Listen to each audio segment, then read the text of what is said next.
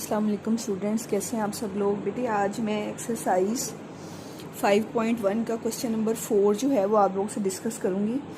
Question number 3 में आपको एक इनइक्वालिटी दी हुई थी जिसको हम सॉल्व करते थे और फिर उसमें क्या करते थे, सॉल्यूशन सेट को जो है सॉल्यूशन रीजन को हम शेड करते थे।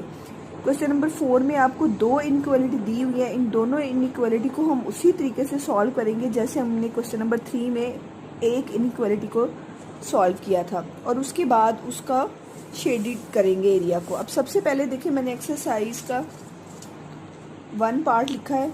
जिस तरह हम लोग पहले इस इक्वेशन को, इस इनइक्वालिटी को हम इक्वेशन के साथ एसोसिएट करते थे, वैसे ही हमने क्या किया, मैंने इसको नंबर 1 का नाम दे दिया, इसको नंबर 2 का नाम दे दिया।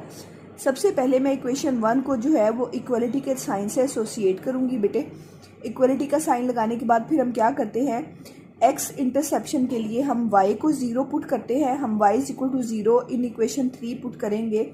तो जब हमने y 0 पुट किया तो ये सारे का सारा फिगर 0 हो गया और 2x इज इक्वल टू क्या आ गया 6।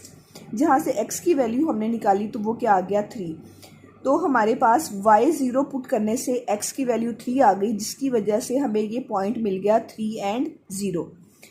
फिर सेम उसी पैटर्न से हमने क्या किया, y इंटरसेप्शन के लिए x को 0 पुट किया इसी इक्वेशन में जो हमने इक्वेशन 3 अपनी बनाई है। फिर हमने क्या किया, x को 0 पुट किया और फिर हमने ये 0 वैल्यू हो गई और y की वैल्यू निकाली जो कि क्या आ गई आपके पास -2 आ गई। अब हमारे पास x 0 पुट करने से y की वैल्यू -3 आई, तो हमारे पास एक एन अदर पॉइंट हासिल हो गया 0 और -2 का।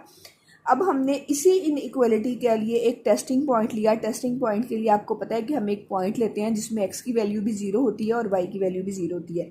हमने इसी अपनी नंबर 1 इनइक्वालिटी को लिया, इसमें x और y 0 पुट किया, तो आपके पास जो इनइक्वालिटी का आंसर आया है वो ये आया है कि 0 is less and equal to 6।